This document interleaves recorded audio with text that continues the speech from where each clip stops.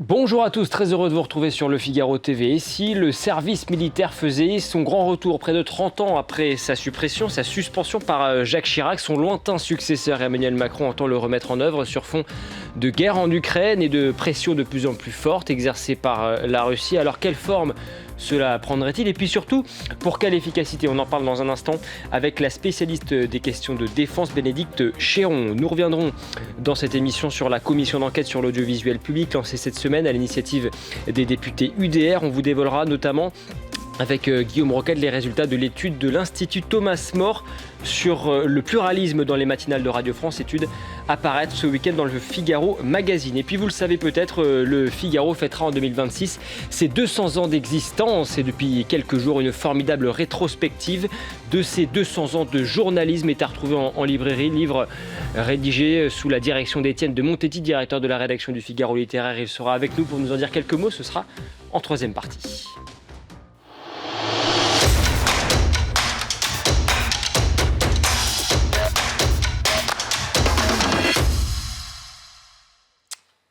Bonjour Bénédicte Chéron. Bonjour. Soyez la bienvenue, vous êtes maître de conférence en histoire contemporaine à l'Institut catholique de Paris, spécialiste des questions de défense. Je précise que vous allez publier d'ici quelques mois, au mois de janvier, un livre apparaître, ça s'appelle Mobiliser, rétablir le service militaire, le grand malentendu aux éditions du Rocher. Voici d'ailleurs la couverture qui est déjà prête, étude approfondie justement sur le service militaire, un livre qui tombe à pic au moment où le président de la République a relancé le débat autour de ce service militaire, rebaptisé le service national volontaire, objectif fixé, je cite, un nouveau cadre pour servir au sein de nos armées et pour répondre à l'envie d'engagement de la jeunesse, mais ça pose un certain nombre de questions en termes d'organisation évidemment, en termes de financement, mais également d'efficacité. D'abord, que pensez-vous de cette initiative du président de la République? Est-ce que vous pensez qu'Emmanuel Macron a raison de relancer ce débat et est-ce que vous pensez que le timing est le bon? Alors la question du timing, évidemment, elle appartient au dialogue entre les autorités politiques et les chefs militaires. Le problème de ce sujet du service militaire, c'est qu'en fait, on y place deux sujets différents. Il y a d'abord une question simplement de format d'armée et de levier pour le recrutement militaire. Et on voit que c'est une des finalités du dispositif qui est annoncé. Et il faudra évidemment évaluer la capacité de ce dispositif à contribuer au recrutement des armées, en tout cas à les renforcer en termes d'effectifs. Et on met aussi dans le service militaire toujours, et c'est là qu'il y a une forme de mythologie dans notre manière dont on le comprend en France, d'autres sujets qui sont des sujets d'ordre symbolique, des sujets de politique intérieure. En fait, le service militaire est devenu surtout un sujet de politique intérieure parce qu'on y met des questions de cohésion nationale, de cohésion sociale, sans toujours d'ailleurs sans toujours parvenir à définir clairement ce qu'est la cohésion nationale et la cohésion sociale. Et en fait, quand on mélange ces deux objectifs, ce que montre l'histoire du XXe siècle, c'est que ça ne fonctionne pas. C'est-à-dire que soit on demande aux armées de s'impliquer dans des chantiers de cohésion sociale et nationale, qui sont d'ailleurs des chantiers de politique intérieure. Donc ça pose évidemment un problème d'impliquer les armées dans des chantiers de politique intérieure. Et en fait, on les encombre d'un certain nombre de questions qui sont celles de notre vie politique intérieure. Soit on leur demande d'être efficaces dans leur mission, qui est de combattre, de faire la guerre, de faire plier la volonté d'un ennemi si on emploie la force militaire. Et à ce moment-là, il faut vraiment sortir cette question de la cohésion sociale du sujet du service militaire. La question, c'est de savoir si ça ne peut pas fonctionner sur ces deux pieds. On va en parler dans un instant. D'abord, pour rester sur cette rhétorique militaire, parce que le contexte aujourd'hui fait que nous avons des déclarations, notamment celle du chef d'état-major des armées qui a déclaré devant les maires de France la semaine dernière qu'il nous fallait être prêts à perdre nos enfants, quelques semaines après avoir dit qu'il fallait se préparer à un éventuel choc avec la Russie à échelle de 3-4 ans. Est-ce qu'il faut voir un lien, selon vous, entre la volonté du président de la République de rétablir ce service militaire et puis les déclarations choc du chef d'état-major des armées? Que pensez-vous de cette rhétorique militaire quand même qui monte? Alors d'abord, il faut préciser, le chef de l'État a rappelé ces derniers jours que ces appelés dans le dispositif qui est annoncé en ce moment même, ces appelés ne seraient pas engagés à l'extérieur du territoire national. Donc c'est une forme de clarification. La question, c'est de savoir en fait comment est-ce qu'une société se situe par rapport à l'hypothèse d'une guerre. Et je pense qu'il y a quelque chose qui n'apparaît pas clairement dans le débat aujourd'hui, c'est qu'il faut prendre en compte le fait que pour une société, quelle qu'elle soit, l'hypothèse d'une guerre, l'hypothèse d'une mobilisation pour une guerre à ses frontières et d'une mobilisation dans toutes les formes de la mobilisation militaire, mais aussi civile, dans les administrations, l'hypothèse d'une mobilisation pour une guerre, elle ne se pose pas de la même manière, elle ne provoque pas les mêmes débats politiques selon qu'elle s'annonce aux frontières du territoire ou selon qu'elle soit envisagée au-delà des frontières du territoire. Et en fait, il faut comprendre que les logiques de mobilisation ne peuvent pas être les mêmes. Les moments de consensus politique face à une guerre, ils s'établissent dans l'histoire française et dans l'histoire récente et dans l'histoire du 19e et du 20e siècle en particulier, quand la menace se trouve aux frontières. Donc quand la communauté nationale perçoit une menace d'ordre existentiel. Et en l'occurrence, en tout cas, c'est pas le cas. Vous parliez de consensus politique. Beaucoup ont dit, en réaction à ces propos du chef d'état-major des armées, que c'était des propos inutilement alarmistes, inutilement dramatisants. Alors, je leur laisse la responsabilité de ces propos, parce que l'évaluation de la menace, elle fait partie de la fonction militaire. Donc c'est normal que les militaires, qui ont un certain nombre de capteurs, un certain nombre d'informations, alerte sur un certain nombre de menaces. Et d'ailleurs, le chef d'état-major des armées n'a pas seulement parlé de la question du flanc est de l'Europe, il a aussi évoqué évidemment les autres menaces, notamment celle de la Chine, alors qui ne pèse pas directement sur le territoire européen, mais de manière indirecte, etc. La question qui se pose est de savoir ce qui opère comme levier de mobilisation, c'est une première question. Et quand on demande à une communauté politique de se projeter dans un scénario de haute intensité à l'extérieur de ses frontières, de manière inévitable, c'est ce qui se produit dans l'histoire systématiquement, en démocratie, ça provoque un débat politique parce que la projection dans une guerre de haute intensité à l'extérieur des frontières est inévitablement un sujet de débat politique. Et les contextes d'union sacrée ou de consensus politique, ils s'établissent si la menace est perçue comme existentielle. Or, les autorités politiques comme les chefs militaires le rappellent elles-mêmes. La menace qui pèse éventuellement sur les Français n'est pas de nature existentielle. Elle n'est pas analogue à celle que vivent les pays de l'Est de l'Europe. Tout l'enjeu, en tous les cas, dans ce contexte et dans cette préparation à une possible guerre, en tout cas un possible choc, encore une fois, pour reprendre l'expression du chef d'état-major, eh bien, c'est cette question de redonner de la masse à nos armées. Est-ce qu'aujourd'hui, concrètement, nos militaires, nos soldats d'actifs manquent de temps pour se concentrer sur leur mission première? Alors, il ne manque pas foncièrement de temps aujourd'hui, parce qu'ils sont moins sollicités dans des tâches multiples qu'ils ne l'étaient du temps du service militaire dans les années 80 et 90, qu'il manque de moyens. Ça, c'est là encore vraiment une question d'arbitrage budgétaire. La question est de savoir si un service militaire volontaire peut constituer un levier efficace pour recruter davantage, si les budgets leur permettent de recruter davantage, pour alimenter les réserves, si on considère qu'il faut alimenter les réserves. On a besoin aujourd'hui de ces effectifs supplémentaires ? Il y a toujours besoin d'effectifs supplémentaires dans une armée, et une armée réclame toujours des effectifs supplémentaires, c'est normal, comme toute organisation qui essaye de remplir ses missions. Ce qui est sûr, c'est qu'il y a une forme de décalage aujourd'hui entre les ambitions de la politique de défense et de la politique étrangère et les réalités des moyens dont disposent les armées. Donc il y a évidemment quelque chose là à ajuster, mais la question de savoir si un service militaire volontaire peut constituer un levier efficace pour renforcer cette masse dont les armées estiment avoir besoin, elle renvoie foncièrement à la question qui consiste à savoir si la communauté nationale considère qu'il y a un vrai besoin stratégique d'augmenter cette masse. Et là encore, dans l'histoire du service militaire, ce qu'on observe, c'est que le service militaire est un levier efficace de mobilisation, au sens large du terme, quand la communauté politique se sent menacée de manière existentielle. Ça a été le cas avant la Première Guerre mondiale, c'est déjà beaucoup moins le cas dans l'entre-deux-guerres. Donc on voit que cette évidence mérite d'être discutée. Il n'y a pas forcément de lien entre l'existence d'un service militaire et une meilleure mobilisation de la société en fonction des choix de politique de défense. Et vous avez tout à fait raison, on le voit d'ailleurs dans les débats actuels, avec notamment dans la classe politique, beaucoup d'élus qui se sont exprimés en faveur de ce service militaire, d'autres qui y sont défavorables, alors que les sondages, pour le coup, disent que les Français y sont plutôt favorables. Oui, mais parce que les Français, depuis les années 70, de manière très stable, sont toujours plus de 6 sur 10 à être favorables au service militaire et au service national de manière un peu indifférenciée. Simplement, quand on descend dans le détail des études, depuis les années 70 et de manière vraiment extrêmement stable, les Français sont attachés au service militaire, non pas comme levier de mobilisation militaire, mais comme cadre socio-éducatif. Et de cohésion sociale, avec nationale, avec notamment beaucoup d'illusions sur le fait que le service militaire produisent des effets sur l'état de la société. Parce que là encore, on observe vraiment tout au long du XXe siècle que les armées ne façonnent pas la société par le service militaire. Ce qui façonne la société, c'est un rapport à la menace, encore une fois une menace existentielle ou non existentielle, et hélas, quand elle survient, la guerre. Mais ce ne sont pas les armées qui façonnent la société par le service militaire. Et par ailleurs, encore une fois, en fait, si on confie aux armées une somme de questions qui sont en fait des questions sociales et politiques intérieures, la question du brassage social, la question de la rencontre entre les différentes jeunesses qui constituent la jeunesse française, elle est un chantier qui est un chantier de politique intérieure. Mais les armées n'ont pas vocation à prendre en charge tous les chantiers de la politique intérieure. C'est pourtant ce que proposent certains, effectivement, vous avez raison. Par exemple, Raphaël Glucksmann, candidat pressenti à l'élection présidentielle de 2027, qui lui propose un service obligatoire militaire ou civique, donc élargi effectivement pour assurer la cohésion de la nation. En fait, cette idée très séduisante, elle est partagée à droite et à gauche depuis les années 70. Droite et gauche se répondent sur ce terrain depuis les années 70 et en fait ont une forme de consensus entre elles. Oui, tout le monde dit qu'au fond, le service militaire tel qu'il existait à l'époque remplissait cette mission et que c'était une bonne chose. Oui, or en fait, quand on peut maintenant ouvrir des cartons d'archives et essayer d'évaluer la réalité de cette idée, on se rend compte que les données historiques nous montrent que cette idée n'est pas probante.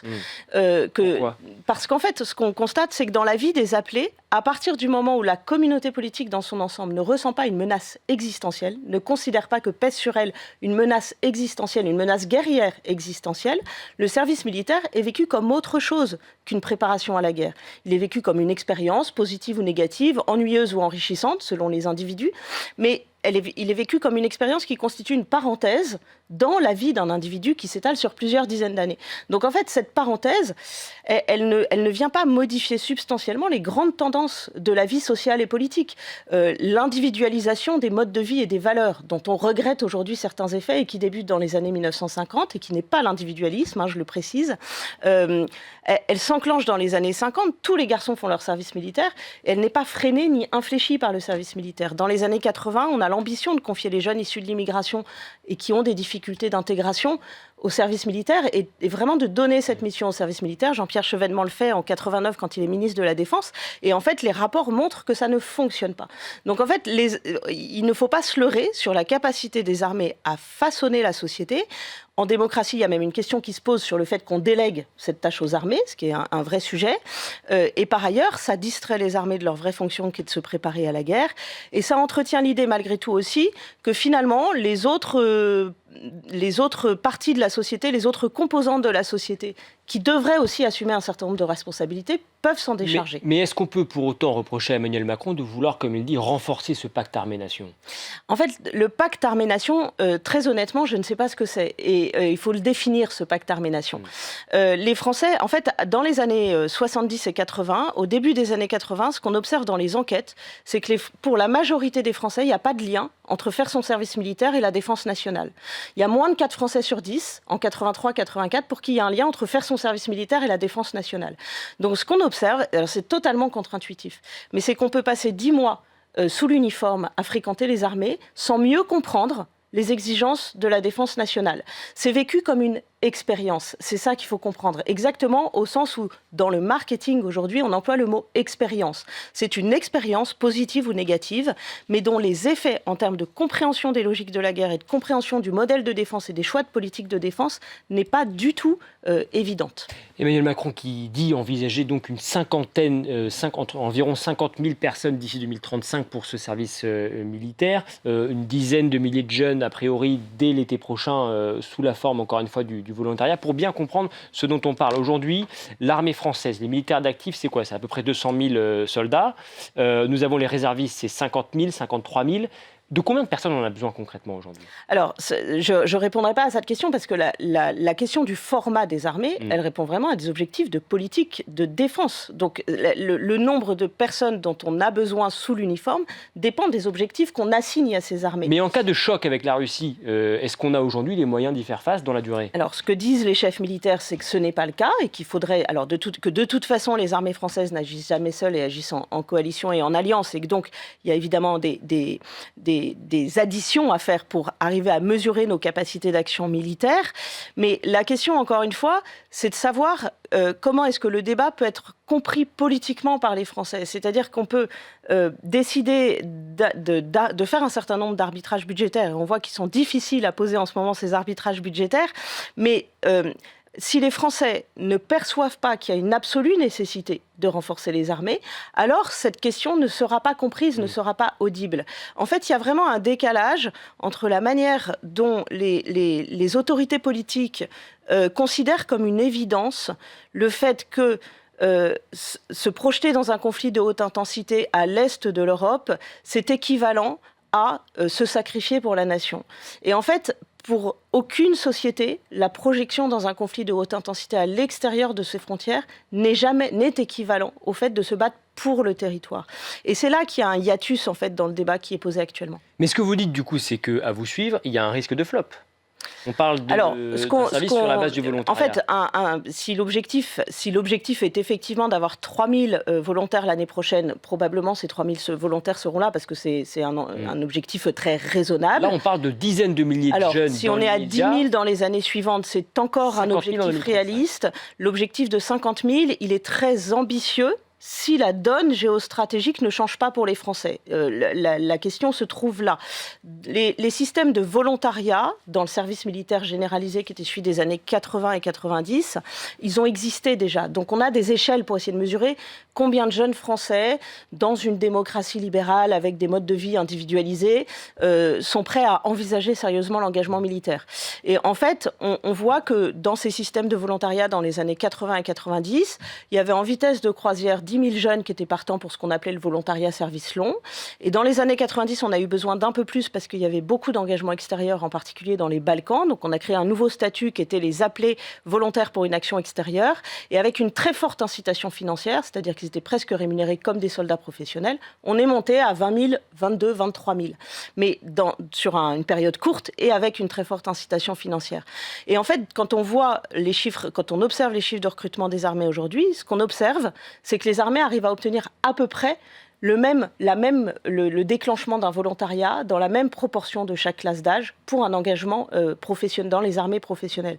Donc en fait, là, le vivier de jeunes Français qui est réellement volontaire pour un engagement militaire, il est relativement stable, il n'est pas extensible à l'infini et il ne peut réellement grossir, encore une fois, que s'il y a un consensus politique et social sur le besoin stratégique impératif de grossir les rangs des armées. Et sur la nécessité de se préparer effectivement à la guerre. Est-ce qu'aujourd'hui l'armée a les moyens, les capacités d'accueil, les capacités d'encadrement pour ce service militaire? Alors c'est souvent ce qu'on oublie un peu dans les débats sur le service militaire, mais le président de la République le sait parce qu'il est chef des armées, donc je ne doute pas que lui le sache, mais dans les débats en général, on voit que souvent on a l'impression qu'on peut confier des jeunes aux armées sans se poser la question de l'encadrement, des moyens. Parce que ça a un coût tout ça. Et voilà, et si ces jeunes doivent être formés militairement, en fait ça a un coût non seulement en équipement matériel, mais ça a aussi un coût en encadrement, parce que comme nous sommes une armée d'un pays démocratique qui a des ambitions éthiques dans l'emploi de la force, l'armée française a un taux d'encadrement, et notamment d'encadrement dans les couches basses de la hiérarchie, qui est très élevé. Donc accueillir des jeunes pour que ça se passe bien et que l'apprentissage du métier des armes se fasse dans de bonnes conditions et qu'il n'y ait pas précisément de dysfonctionnement, c'est un coût à la fois en encadrement humain et en équipement et en matériel. Et c'est en tout cas un certain nombre de questions qui restent sur la table à l'heure donc où ce service militaire, les contours de ce nouveau service militaire revisité, eh bien peu à peu s'affinent. Merci beaucoup Bénédicte Chéron d'avoir été avec nous. Je rappelle que vous êtes maître de conférence en histoire contemporaine à l'Institut catholique de Paris. Et puis surtout, je rappelle le livre à venir, mobiliser et rétablir le service militaire, le grand malentendu, livre à paraître aux éditions du Rocher à partir du mois de janvier. Merci beaucoup d'avoir été avec nous aujourd'hui. Nous avons eu l'occasion d'en parler déjà dans cette émission, la commission d'enquête sur, je cite, la neutralité, le fonctionnement et le financement de l'audiovisuel public. Les travaux ont commencé ce mardi 25 novembre, cette semaine, donc une 50aine d'auditions qui sont programmées, qui devraient durer 13 semaines.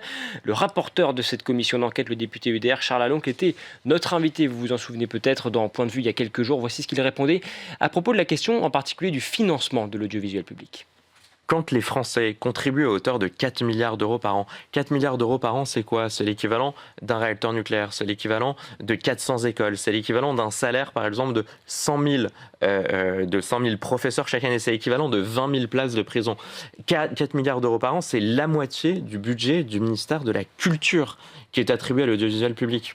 À l'heure où, on le voit au quotidien, il y a près de 6 000 églises qui sont menacées de disparition, de délabrement. C'est à peu près la somme qu'il faudrait juste sur une année pour réhabiliter l'ensemble de ces églises. C'est une somme qui est considérable. De voir ces ruptures quant aux obligations légales, je pense que c'est un crève-cœur pour des millions de Français. Bonjour Guillaume Roquette. Bonjour Timothée. Ravi de vous retrouver. Guillaume, on va parler effectivement de cette commission d'enquête. C'est la couverture d'ailleurs du Figaro Magazine ce week-end, avec notamment l'étude exclusive de l'Institut Thomas More. On va en parler et vous allez nous dévoiler les résultats dans cette émission. D'abord, on entendait à l'instant Charles Along, qui est donc le rapporteur UDR de cette commission d'enquête qui a débuté mardi et qui pointe du doigt, il y a quelques jours, dans Point de vue, le deux poids deux mesures quelque part entre les moyens qui sont alloués chaque année au financement de l'audiovisuel public et puis ce qui est mis notamment dans la restauration des églises. Est-ce que vous pensez que c'est un bon argument de sa part ?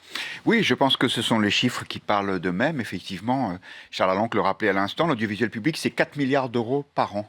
Alors, les Français le voient moins maintenant, parce que assez habilement, en 2017, Emmanuel Macron avait supprimé la redevance audiovisuelle, qui était une taxe spécifique que les Français payaient en s'en rendant compte, puisqu'il y avait c'était un chèque particulier qui était fait. Aujourd'hui, c'est noyé dans la totalité de l'imposition. C'est une partie de la TVA qui part au financement de l'audiovisuel public, le tout absolument sans aucun contrôle, à la fois aucun contrôle financier.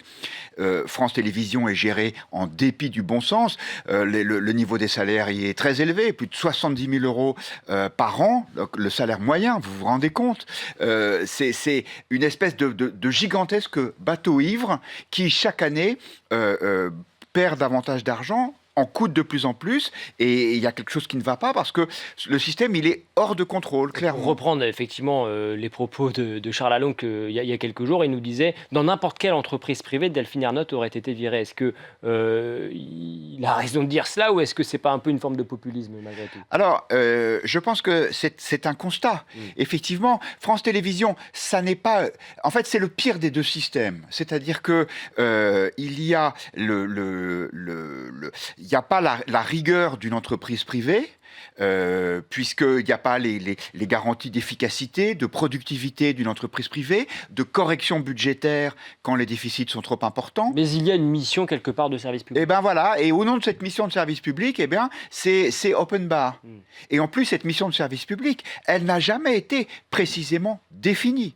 C'est-à-dire que vous vous souvenez de Madame Ernotte, la présidente de France Télévisions, qui expliquait devant des parlementaires que l'objectif de France Télévisions, c'était de montrer la France telle qu'on voudrait qu'elle soit. C'est-à-dire, il y a une mission idéologique. Et d'ailleurs, c'est pour ça qu'il y a la nécessité de cette commission d'enquête, c'est de dire, mais qu'est-ce que c'est le projet de France Télévisions ? Est-ce que c'est de convertir tous les Français à la gauche ? Vous avez vu la surexposition, par exemple, d'un monsieur Zuckman avec sa taxe qui a bénéficié d'une publicité, je ne vois pas d'autre mot, sur les antennes de Radio France et de France Télévisions, très souvent sans aucun contradicteur. On le sait bien, disons les choses clairement, l'audiovisuel public est devenu une espèce de machine de guerre au service des idées de la gauche. Or, elle est payée par tous les Français, y compris les Français de droite, qui sont de plus en plus nombreux. Et donc, il y a là quelque chose qui ne va pas. On le sait bien. Ça fait des années que le Figaro Magazine dénonce cela. Jusqu'à présent, on avait surtout droit à des haussements d'épaules de la part des dirigeants du service public qui nous regardaient de haut en disant qu'est-ce que c'est que ces gens qui osent s'attaquer comme ça à une espèce de symbole de la République. On est heureux de voir qu'aujourd'hui, on se sent un peu moins seul. À quoi va servir cette commission d'enquête, Guillaume ? Débat qui s'annonce électrique, avec donc, ça a commencé cette semaine, le président de l'Arcom, ex-CSA, qui a été auditionné. Il y aura également l'ancien chef de l'État, par exemple François Hollande. Il y aura évidemment les patronnes de France Télévisions, de Radio France, Delphine Ernotte, Sybille Veil, Thomas Legrand, Patrick Cohen, journalistes, des éditorialistes. À quoi tout cela va servir ? Est-ce qu'aujourd'hui, c'est d'une commission d'enquête dont nous avons besoin, selon vous ? Alors, ça ne débouchera pas sur des mesures concrètes. D'abord parce qu'il n'y a pas de majorité à l'Assemblée nationale pour le faire. En revanche, ce sont toujours des moments de vérité, ces commissions d'enquête, parce que il y a des intervieweurs qui sont assez pugnaces, en plus, qui sont souvent pas d'accord entre eux. C'est un classique dans une commission d'enquête. C'est pas idiot d'ailleurs. Le président et le rapporteur sont pas de la même couleur politique. Et c'est le cas d'ailleurs cette fois-ci avec le rapporteur Charles Alonc UDR et le président Jérémy Patrier, qui est député Horizon. Absolument. Et d'ailleurs, on a déjà vu dans les premiers échanges que parfois Charles Alonc pose une question et le président dit là vous n'êtes pas obligé de répondre. Absolument, et parfois il affirme que ça ne rentre pas forcément dans le cadre, dans le champ d'ailleurs de cette commission d'enquête. Là aussi c'est une question. Exactement. Donc je pense que le but de cette commission, c'est d'ouvrir les yeux des Français. Je pense que ça a une visée pédagogique. C'est-à-dire que les gens qui déposent devant la commission vont être obligés de aller vraiment au bout de leur position, c'est-à-dire d'expliquer que dans quelle mesure ils respectent le pluralisme dans le service public audiovisuel. Vous citiez le cas de Thomas Legrand et de Patrick Cohen. On se souvient de cette scène dans laquelle ils étaient avec des responsables socialistes en expliquant que Rachida Dati, ils en faisaient leur affaire sur les antennes de France Inter. Bon, c'est un vrai sujet. Jusqu'à présent, ils ont dit « Ah, mais il n'y a pas de problème, c'est de la calomnie. » Je pense qu'il faut qu'ils rendent des comptes. Ça, c'est un point essentiel, c'est que dès lors que l'audiovisuel public est payé par l'argent des Français, il est normal que les gens qui y travaillent rendent des comptes aux Français. Or, jusqu'à présent, ce n'était pas le cas. Regardez les procédures de nomination, elles sont quand même extrêmement opaques. Delphine Ernotte, elle a été réélue, elle a été renommée, pardon. Alors, théoriquement, c'est par un organisme indépendant, mais on a bien vu que c'était la candidate de l'Élysée, qu'il n'y avait vraiment personne qui se présentait en face d'elle. Je vais tout vous dire, le fond de ma pensée, c'est que le système n'est pas réformable. C'est-à-dire qu'aujourd'hui, il est devenu une espèce de forteresse, un État dans l'État, avec des gens qui sont intouchables. Je pense que la solution, c'est d'abord de leur donner moins d'argent, parce que ça coûte beaucoup trop cher et contribuable, et ensuite probablement d'alléger le dispositif. Alors, alléger le dispositif et peut-être également veiller davantage à la pluralité effectivement des opinions, notamment du côté des invités, du côté des thèmes abordés. Et ce travail, vous l'avez fait dans le Figaro Magazine avec l'Institut Thomas More, qui a donc analysé pour le Figaro Magazine, avec l'aide de l'intelligence artificielle, l'orientation politique des invités, des matinales, France Inter, France Culture, France Info. Et ce que dit l'Institut Thomas More dans les résultats de cette étude, c'est que la gauche y est clairement favorisée. Oui, alors ça n'est pas nouveau. Et déjà l'année dernière, avec l'Institut Thomas More, nous avions fait ce type d'études. Mais c'était sans l'intelligence artificielle. À l'époque, nous avions écouté des heures entières d'émissions, à la fois sur France Télévisions et sur Radio France. Et l'Institut Thomas More avait créé une espèce de grille qui permettait, en fonction de l'orientation politique des intervenants, de calculer, on va dire, le coefficient de gauchisme des différents rendez-vous. Et on nous avait répondu que c'était pas crédible, que c'était subjectif, qu'il y avait des biais. Bon, l'avantage maintenant, c'est que nous avons l'intelligence artificielle à notre disposition. Et donc, effectivement, pendant un mois, pendant tout le mois d'octobre, la totalité des matinales des 3 chaînes ont été avalées en quelque sorte par l'intelligence artificielle, et avec un certain nombre de critères extrêmement précis d'analyse, ça a permis de classer en quelque sorte les 3 chaînes. Oui, qu'est-ce qui garantit, j'allais dire, l'objectivité de ces critères ? Alors, ce qui la garantit, c'est que ils sont définis par l'IA, qui est une sorte de tiers de confiance, parce qu'il est neutre. Alors, il y a simplement une correction humaine, parce que parfois, il y a dans les interventions des différentes personnes qui sont au micro, il y a du second degré, il y a de l'humour, il y a des antiphrases. Donc ça a été corrigé. Mais sinon, et je vous invite dès ce soir à regarder sur le site internet la méthodologie qui a été retenue. On l'a fait de façon extrêmement rigoureuse. Et donc, ce que montre l'enquête, c'est que qu'il y a une différence de traitement, il y a une orientation dans le traitement, tant d'ailleurs sur le choix des invités que sur le choix des thématiques abordées. Oui, effectivement, ce que nous avons vu, c'est que il y a, en fonction des thèmes et en fonction des personnes qui sont interrogées à l'antenne, une différence de traitement. Alors, pour faire court, ceux qui en prennent le plus pour leur grade, c'est la majorité. Et c'est les droites, ce sont les partis radicaux. C'est ça qui est intéressant, c'est que le Rassemblement national n'est pas bien traité. On le voit à travers l'agressivité des questions, on le voit à travers la façon dont les thèmes sont proposés aux invités de ce parti. Mais c'est aussi le cas pour la France insoumise. Donc il faut le dire parce qu'on doit être objectif. En fait, on a vraiment le sentiment à travers tous les résultats de cette étude que à Radio France, et en particulier à France Inter, on en pince pour les écologistes. On aime aussi beaucoup la gauche Glucksmann. En revanche, on n'aime ni le gouvernement, ni les franges ni les partis radicaux, c'est-à-dire la France insoumise et le Rassemblement national. Question, Guillaume, que se posent peut-être nos auditeurs, nos internautes, nos téléspectateurs.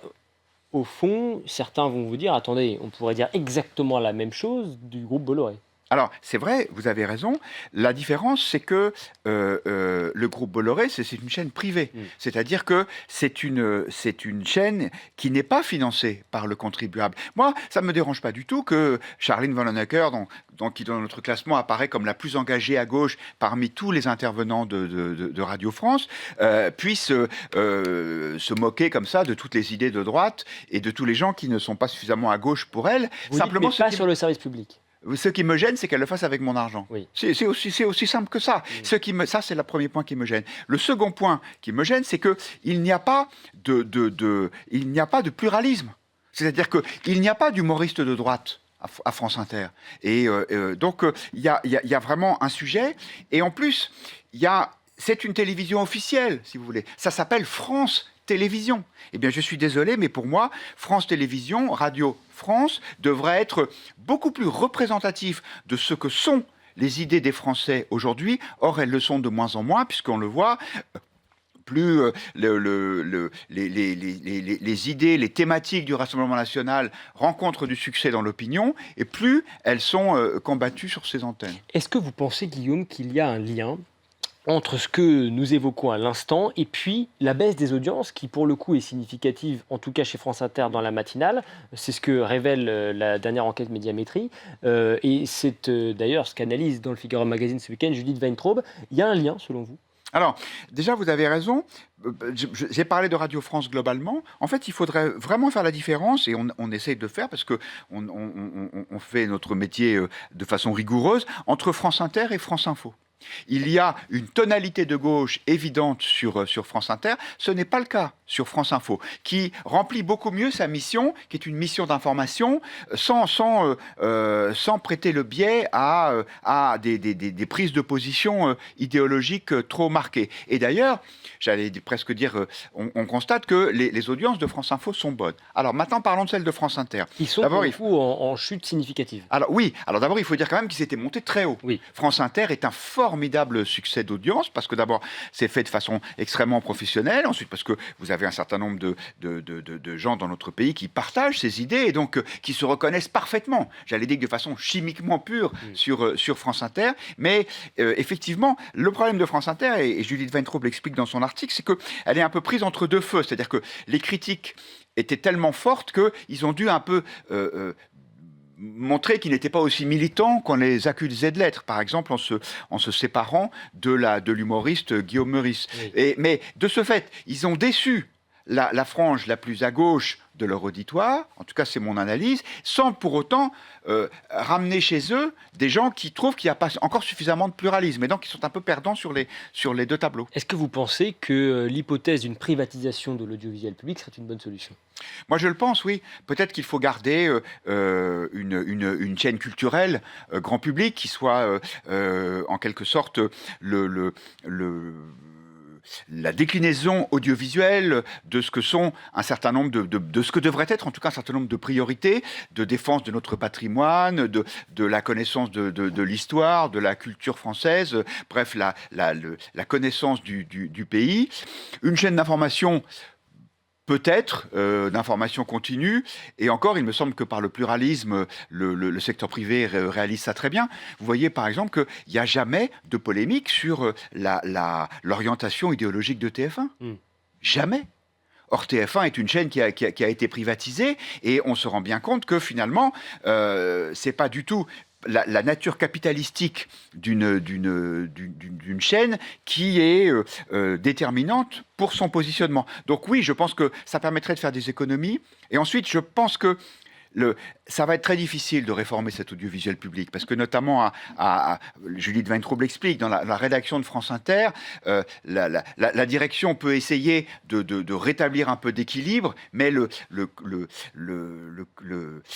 paquebot est trop c'est ça, important. le paquebot, il est là, il va toujours dans la même direction, et je dirais la rédaction, dans sa culture, c'est presque dans ses gènes, elle a ses a priori, et on le voit d'ailleurs dans les instituts de Thomas More, quels que soient les sujets traités, il y a très souvent, par les thèmes qui sont mis en avant, par les angles qui sont choisis, par les experts qui sont mis à contribution, vous avez une vision du monde. Oui. Et cette vision du monde, je pense qu'elle n'est pas représentative de celle du pays. J'ai le sentiment que cette réforme de l'audiovisuel public, vous n'y croyez pas trop, au fond.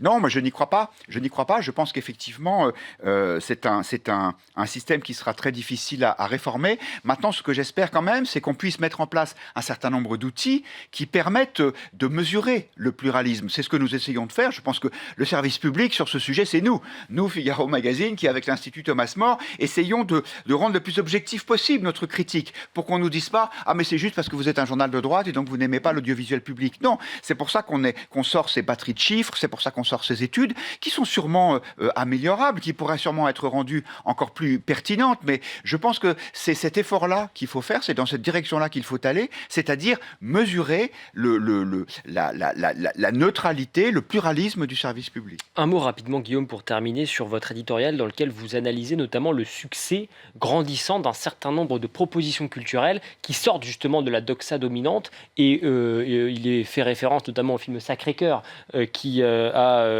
récolté plus de 454 entrées au cinéma. 454 000.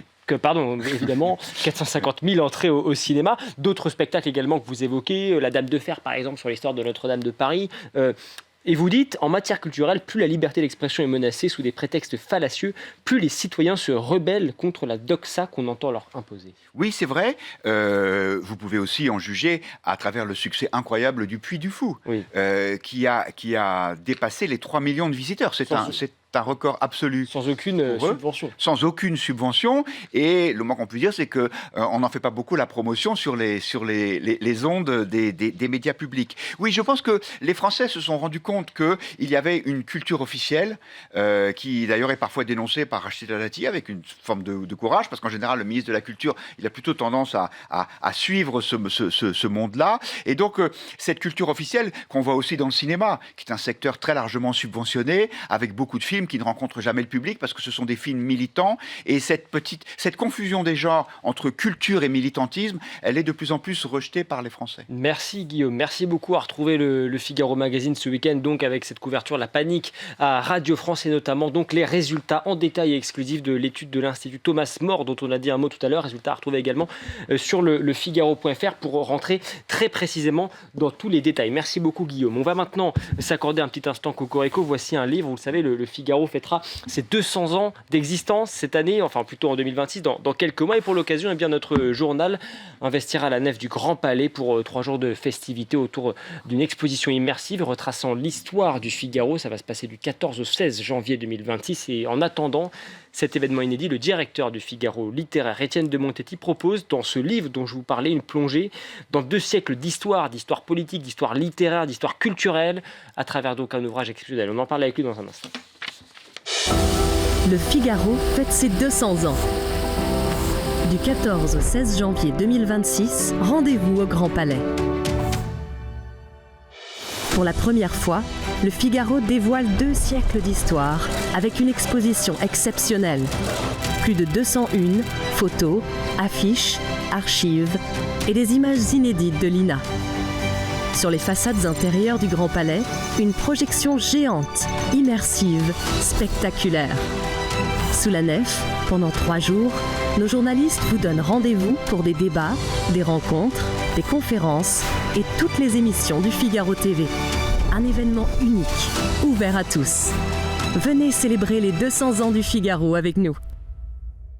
Bonjour Étienne de Montetti. Bonjour Timothée. Bienvenue sur ce plateau, directeur du Figaro littéraire et donc du beau livre Le Figaro, 200 ans de liberté, édition de La Martinière, un superbe récit. Vous avez dirigé ce livre, donc 400 pages qui mettent en lumière 2 siècles d'histoire, 2 siècles d'archives, 2 siècles de journalisme, de l'exil de Charles X à la réhabilitation du capitaine Dreyfus, de la libération de Paris à l'incendie de Notre-Dame. Vous y racontez également les parcours singuliers de grands journalistes de la maison, de grands patrons également, les fondateurs évidemment, Maurice Alloy, Étienne Arago, Hippolyte de Villemessant qui a relancé le journal en 1854, Gaston Calmette et puis plus récemment bien évidemment Jean d'Ormesson. On peut citer également Raymond Aron, grand éditorialiste du journal. Et vous me disiez hier, Étienne, lorsque nous préparions ensemble cette émission, vous me disiez ce livre, c'est 6 mois de ma vie.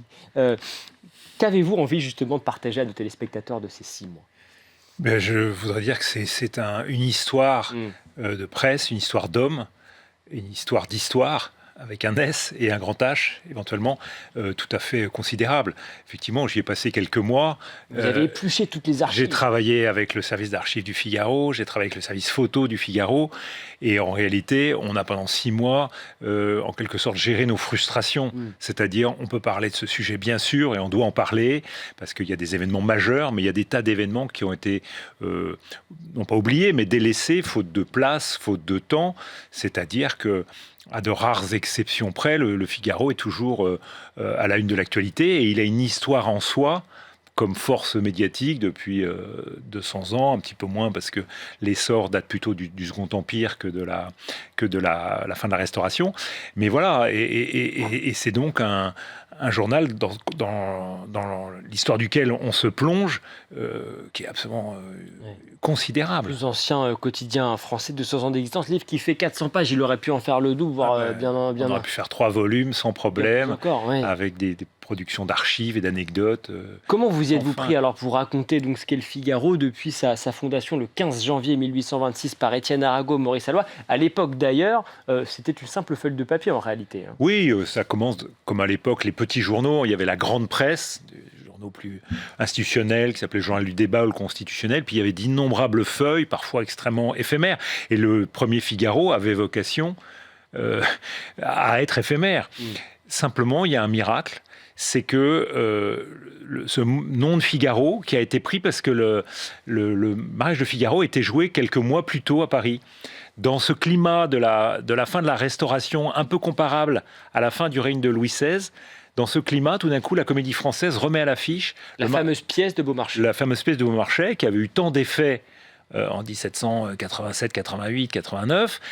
Et là, à nouveau, l'été 25, la pièce est rejouée. Je suis sûr qu'Arago et Maurice Alloy ont vu cette pièce. Et pourquoi alors vont-ils choisir ce titre pour leur nouveau journal, leur feuille de papier satirique? Parce que Figaro va leur servir, le personnage de Figaro, le barbier insolent, perspicace, astucieux, va leur servir de bélier en quelque sorte, d'arme contre la fin du régime de Charles X, qui se durcit, la fameuse charte, les ordonnances, donc ce combat entre la liberté d'un côté et puis la reprise en main de l'autre. Et Figaro sert de manière littéraire à parler de l'époque. On parle de politique, on parle de l'Église, on parle de la justice, on parle de l'armée, et on parle aussi des arts, bien sûr. Et on fait tout ça de manière très littéraire. Les premiers articles ne sont pas signés, ou du moins ils sont signés par des personnages de Beaumarchais. Donc on va signer un petit poème satirique, Almaviva ou Rosine. Vraiment, Figaro et l'univers de Beaumarchais sont les moyens que les fondateurs ont pour parler de leur époque. Avec cette devise, qui d'ailleurs figure encore aujourd'hui sur le journal, sur la une du journal, chaque jour, chaque matin, cette devise qui nous vient de Beaumarchais, sans la liberté de blâmer, il n'est point d'éloge flatteur. Alors pas tout à fait. Parce que la devise change de nombreuses fois. La devise actuelle date de l'après-guerre. D'accord. Mais il y a toujours eu une devise et un logo. Ça a beaucoup changé et c'était toujours Figaro en action, Figaro se battant contre le monde entier. Entre les deux guerres, il y a eu encore une autre devise, c'était je m'empresse d'en rire de peur d'avoir à en pleurer. Et puis, sans la liberté de blâmer, intervient à la Libération. L'histoire des logos, l'histoire de la présentation du Figaro fait partie de l'histoire du Figaro. Et donc la devise, sans la liberté de blâmer, il n'est point d'éloge flatteur, depuis la Libération. La Libération, oui. Alors, on va peut-être se pencher aussi sur, parce que vous qui avez épluché toutes ces archives, s'il y a, je ne sais pas, sur ces 200 ans d'histoire, peut-être 3 unes qui vous ont particulièrement marqué, que vous avez envie de nous partager aujourd'hui, qu'est-ce que ça serait, Étienne ? Dans le désordre. Oui. Moi, j'aime beaucoup la une Kennedy, la mort de Kennedy, parce que c'est Raymond Aron, le grand analyste du Figaro et le grand analyste qui a une vision internationale, qui est très très lié aux États-Unis, donc qui a rencontré Kennedy et qui va faire un édito tout à fait éblouissant. Autrement dit, le Figaro est sur l'événement comme un journal qui relate l'actualité, mais avec une hauteur de vue immédiate qui est tout à fait passionnante. Je remonte un peu le temps. Il y a évidemment la résurrection du Figaro en 1944, quand le journal reparaît dans Paris qui est en train de se libérer.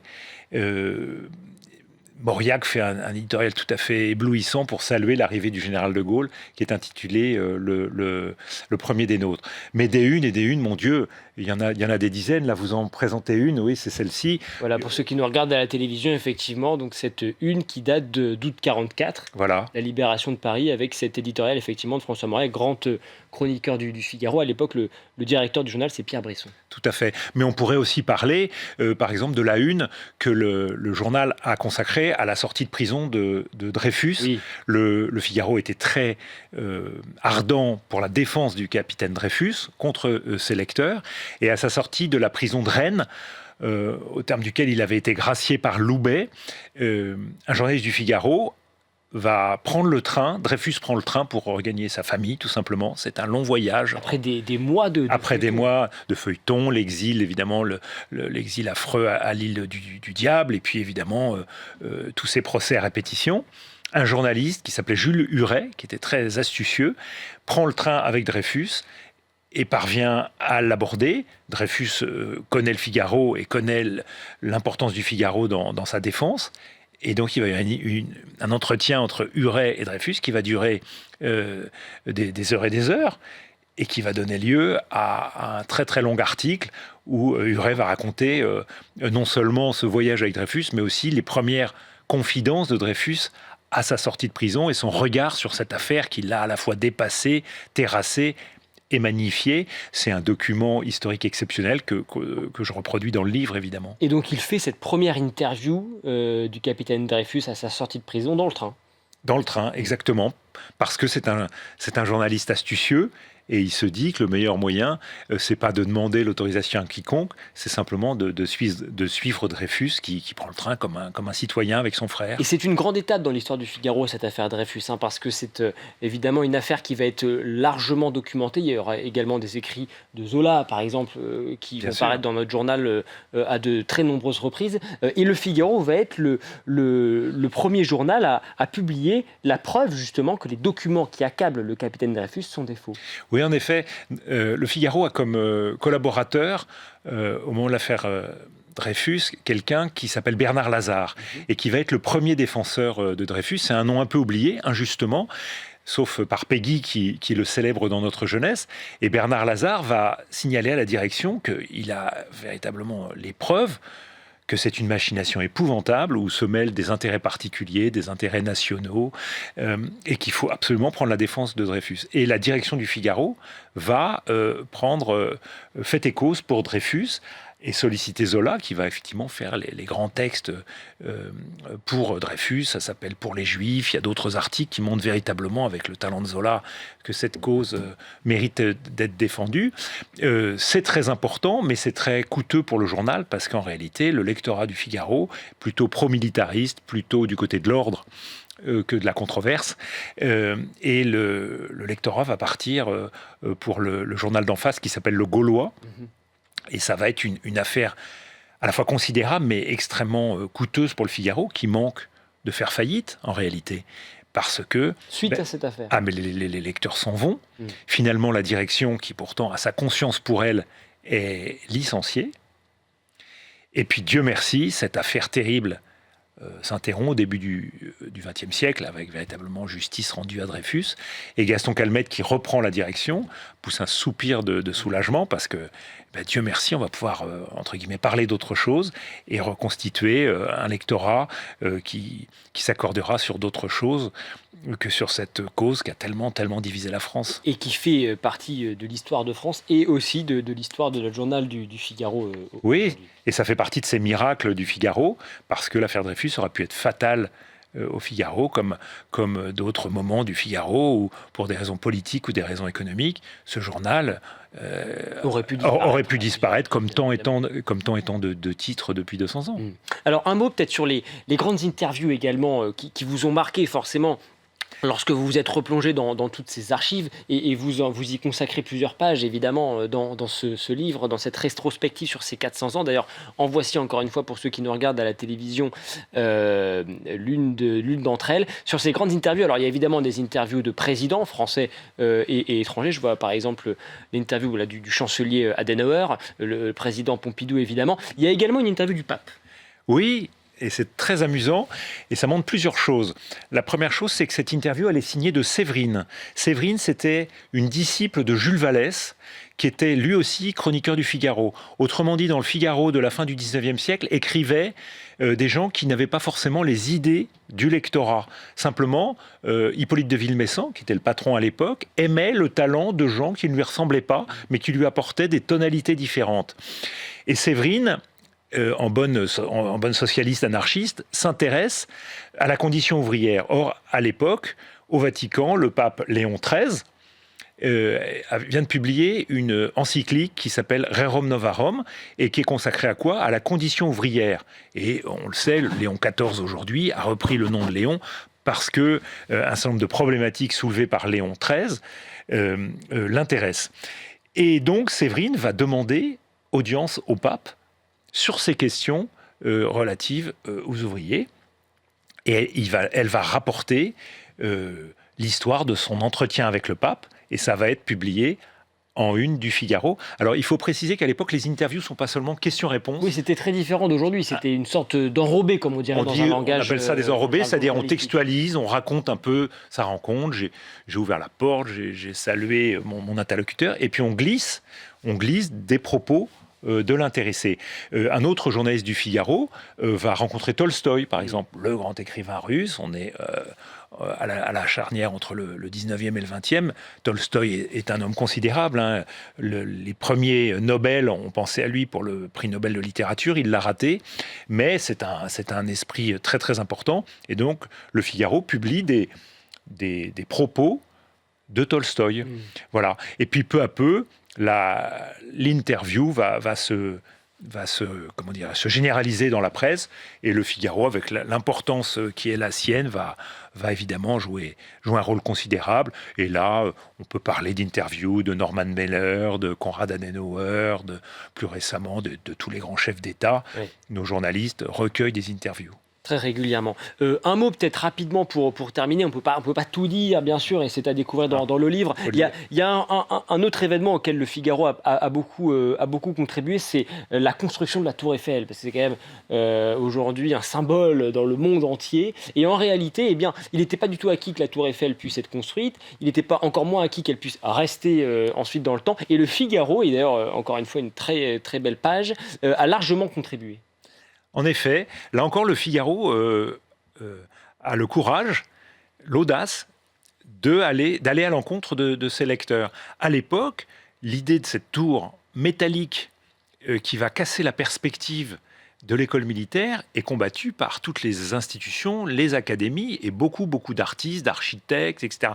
Il y a des textes très violents, certains publiés dans le Figaro eux-mêmes, oui. À titre de tribune. Et donc, c'est pas du tout une affaire qui va de soi. J'ajoute l'antigermanisme, parce que Gustave Eiffel a un nom derrière lequel on discernerait l'influence de l'Allemagne. Je passe sur un antisémitisme latent. Enfin bref, tout ça fait que la tour Eiffel est combattue dans Paris. Simplement, Eiffel est très intelligent et il va simplement contacter Gaston Calmette et lui présenter son projet. Qui dirige le Figaro à l'époque. Calmette, qui dirige le Figaro à l'époque, en effet. Et lui le convaincre que ça va être un événement international, que c'est une affaire qui dépasse largement la prouesse d'architecte de Eiffel. Parce que la tour Eiffel va être inaugurée en 1889 et que le monde entier va se précipiter à Paris. Et Calmette se fait convaincre et les journalistes du Figaro vont consacrer énormément de reportages à la Tour Eiffel. Étienne. Merci beaucoup Étienne, et c'est à découvrir en tous les cas dans ce livre. Il nous faut conclure évidemment parce qu'on ne peut pas tout résumer en une émission, mais en tout cas c'est à retrouver dans ce livre avec notamment ce fabuleux épisode effectivement de la Tour Eiffel. Merci beaucoup Étienne. Livre événement, 200 ans du Figaro, 2 siècles d'archives inédites, d'anecdotes, d'histoires de journalistes, de coïncidences, de mensonges parfois également, mais aussi et surtout de belles histoires donc à retrouver dans ce livre dès à présent. Merci beaucoup. On vous donne bien sûr rendez-vous les 14, 15, 16 janvier prochains au Grand Palais à Paris pour célébrer avec toute la rédaction ces 200 ans d'histoire. Merci beaucoup Étienne, merci à vous de nous avoir suivis. C'est la fin de cette émission. On revient bien sûr demain. Et d'ici là, je vous souhaite une excellente après-midi sur le Figaro TV.